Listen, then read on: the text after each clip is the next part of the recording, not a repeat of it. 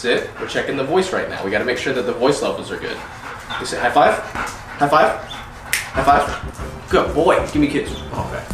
What's going on, guys? Here we are in the garage with the bike right here that we're going to be destroying in order to make the build. Now, Snowcat, before you get all mad, let's talk about this. As you can tell, this is a 1997 Harley-Davidson Sportster 1200 Custom. This whole series is built around me building a custom motorcycle frame, and that's the jig over there that we're going to be using, and then this is the bike that we're going to be pulling parts from.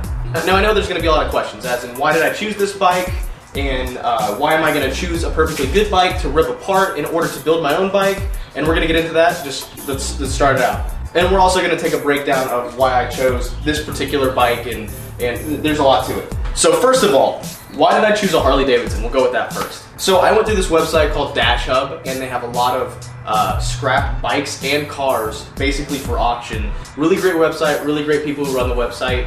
Basically, it's an auction site built all around damaged and used cars. Not all of them are damaged, not all of them have rebuilt titles. You know, there are some good cars, there are some good bikes on there, but a lot of them are salvage titles, a lot of them are certification of destruction titles. But it's a great website to use if you're going to do a project. For my project, I needed a set of wheels, I needed an engine, I needed a harness for that engine, carburetor if it was going to be carbureted, and then I was also going to need the whole forks, triple tree, wheels, all tires. I was going to need all of that. So I started trying to part it out, and I thought to myself, well, you know, I'm going to spend this much money anyway trying to buy parts. Why not just buy a whole bike for the same cost of all the parts that I'm not going to use? So that was my thought process on why I bought a bike versus parting out the parts or going with a new motor. It was a lot cheaper to go this route. But why did I go with a Harley? Oh, there's a couple of reasons. One, for instance, the Sportster, either the 883 or the 1200, this one's the 1200, has basically remained the same throughout the past 20 years. They're basically the exact same bikes, all air-cooled, belt-driven, pretty standard bike. This is how they all kind of come, base versus a couple other things. So that means that parts are cheap and they're easy to find, which is great. Originally I was going to look for a Honda Shadow or something along those lines, but here's the thing. Apparently Harley owners don't know how to ride or something like that, because I want to say that 90% of the motorcycles that were on DASHUB that were wrecked were Harleys. I don't know if that says anything about the riders or whatever, but they were mostly Harleys, so there was an abundance of these type of bikes, specifically Sportsters. These and Ultra Glides, there were tons of them. And they were all cheap, which was great. That's why I went with this, because it was cheap, there was a lot of them, and I knew I could find a lot of parts. Originally I was going to go with a newer 883 motor, but I figured if I'm going to build something, I might as well build something with a little bit of power. From what I can understand, the 1200s are actually pretty decent. Now, before you guys ask, at this point I have not started up the bike, I have not checked to see if it runs. Now, I have replaced the battery, because when I first got it, the battery was dead, couldn't even turn over. So I'm hoping that's all it is. This bike is certified destruction title, which means that it cannot be registered. It's not a rebuilt title, so that's why I went with this bike, because the frame is useless. You can't register the frame. This is basically a parts bike, and that's exactly what I needed. It was perfect for my project because I'm going to be registering the frame that I make differently. So that's why I went with this particular bike, because it was certified of destruction. This frame could not be registered, and this means that it's, like I said, essentially a parts bike. See why it's just certified of destruction, I personally don't know yet. I haven't really looked at the bike. I've had it for approximately an hour at this point, and that was just enough time for me to go get a battery and come back. So that basically covers the reason why I got the Sportster 1200, because it was both a lot of parts out there for it, and it's a cheap bike. And it's a good combo to have when you're building your own bike anyway. Plus, I don't feel bad about tearing it up, since I know that it can't be registered. I know that even if I totally mess up this build, let's say that I just completely F up the build entirely, I don't feel bad about tearing apart this bike, because it wasn't doing anything anyway, and then I still hopefully have a running motor. And on the website it was listed as running and driving with keys, meaning that it came with keys and it supposedly can run and drive. We're going to put that to the test in a second. And you'll have to excuse the mess in the background, because I am in the process of putting back the other Harley together, the 72 AMF. I've got everything I need. I'm just waiting on one more piece in the mail, which should be done today. I should have the bike completely rebuilt today. The reveal video should come sometime this week, or next week, I don't know. So now that we got why I bought this bike out of the way, let's talk about the damage. From first glance, the bike actually looks to be in pretty good shape. First thing I noticed was that the levers were a little bit busted up, meaning that it was probably dropped on the side. It's not in there super great, and the mirror's totally goofed. As you can see, the mirror's shattered on that side and on this side. And there's also some damage on the outside of the mirror, meaning that that part's touched the ground. The forks appear to be in good shape. They don't appear to be bent. Headlight looks fine, doesn't look like it's touched ground. Wheels in great shape, doesn't seem to be any damage. No rusting or anything like that. A little bit of rust here and there because it is a Harley, but that's normal. It's got some Screaming Eagle pipes on it that's got a little bit of damage to it, probably from where it was laid down. 1200 cc's, which I talked about earlier. It's the big boy version of the Sportster. On the highway bars, we do see a little bit of rash, meaning that it obviously hit on this side. I'm assuming that it was laid down on both sides. Also see some rash right there.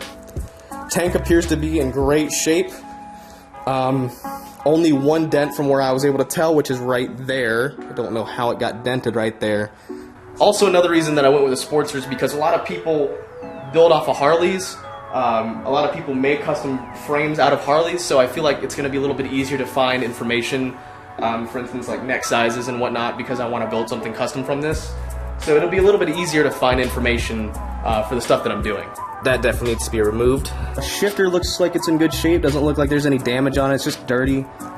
I don't know what that is. I think that's the horn. It's a little loose. And I know, I just put this on here like this just to see if it'll run.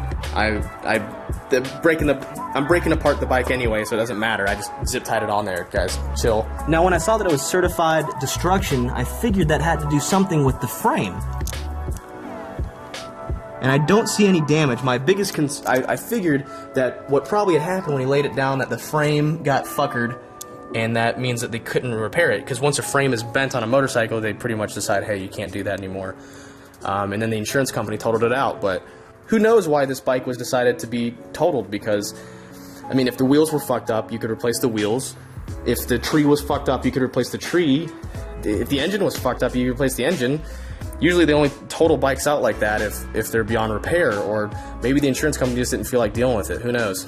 Either way, this bike can't be registered, which isn't a problem for me because I'm going to register the frame on my own, which I will go through with another video for you guys. Or maybe the driver died on it. I don't know. They usually crush bikes after people die on motorcycles. Leave in the comments what you think happened. I mean, this is my first time dealing with bikes like this. I think this wheel is going to look really cool once I get it on the bike. I'm not a huge fan of this one though. I don't know what the hell this is. Another thing I want to talk to you guys about is the belt-driven system.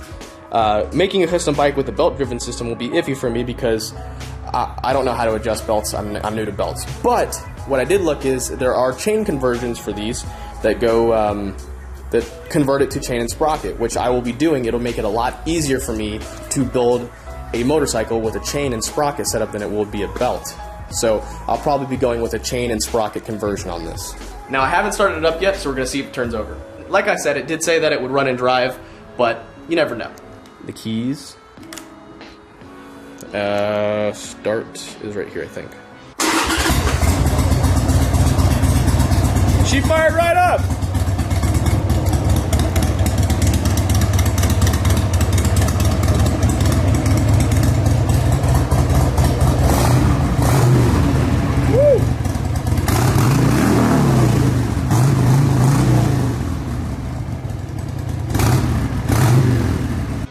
You know, she sounds really good, actually. Sounds healthy, doesn't seem to be burning any oil, which is surprising for a Harley. Yeah, I think we can definitely make this work.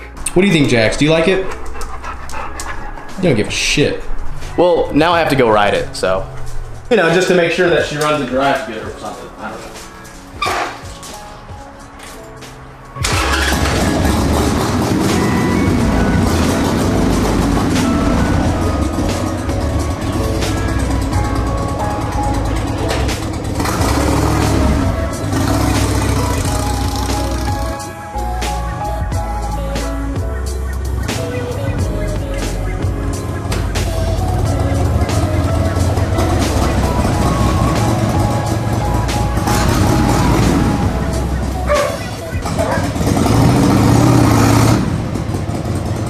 You love bikes, don't you, Jax?